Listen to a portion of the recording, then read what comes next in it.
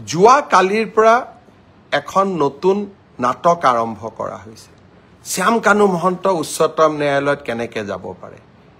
কোনোবা উচ্চতম ন্যায়ালয়ত যাব খুজিলে তাক কোনেও ৰখাব নোৱাৰে, কাৰণ সমগ্ৰ বিশ্বৰ পৰাই আজিকালি ইণ্টাৰনেটৰ জৰিয়তে উচ্চতম ন্যায়ালয়ত কোনোবাই আবেদন কৰিব পাৰে। ন্যায় বিচৰাৰ অধিকাৰ সকলোৰে আছে।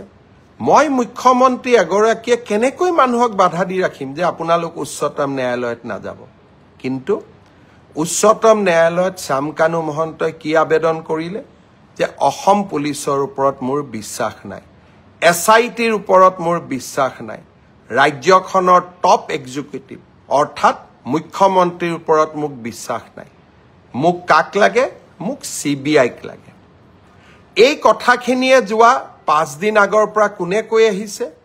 অখিল গগৈ ডাঙৰীয়াই মোক লিখিতভাৱে জনাইছে যে অসম পুলিচৰ ওপৰত মোৰ আস্থা নাই, মুখ্যমন্ত্ৰীৰ ওপৰত মোৰ আস্থা নাই, CBIত এই তদন্ত দিব লাগে। দেৱব্ৰত শইকীয়াই লিখিলে ৰাষ্ট্ৰপতিক যে এই তদন্ত CBIক দিব লাগে।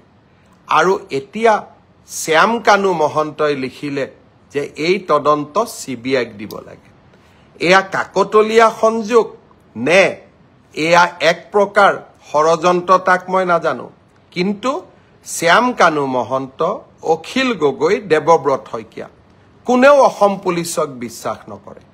কিন্তু এই অসম পুলিচেই আজি ছিংগাপুৰত হোৱা ঘটনা এটাকো আমি তদন্তৰ আওতালৈ আনি 4জনকৈ ব্যক্তিক আমি আজি জেলৰ হাজতত ৰাখিবলৈ সক্ষম হৈছোঁ।